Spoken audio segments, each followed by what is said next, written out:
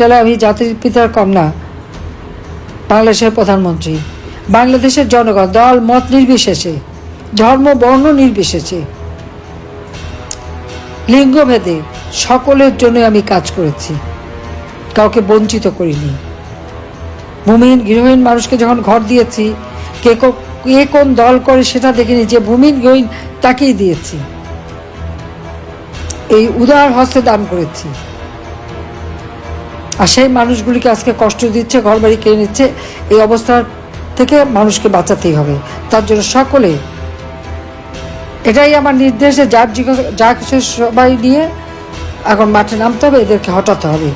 এদেরকে হটানোর জন্য, আর যাদের ঘর বাড়ি দোকানপাট ব্যবসা প্রতিষ্ঠান যারা ভেঙেছে, লুটপাট করেছে, ধ্বংস করেছে, মেয়েদেরকে হাত তুলেছে, তাদেরকে উপযুক্ত শাস্তি যখন যেভাবে সুযোগ পাওয়া যায় সেইভাবেই দিতে হবে। গেরিলা যুদ্ধ করে বাংলাদেশ স্বাধীন করেছে আমরা, এটা মনে রাখতে হবে। কাজে সেভাবেই সকল তৈরি থাকেন। আমি এটুকু আবার বলবো যে আমি আছি, ইনশাল্লাহ জনতার জয় হবেই। জয় বাংলা, জয় বঙ্গবন্ধু, বাংলাদেশ চিরজীবী হোক। খোদা হাফিজ।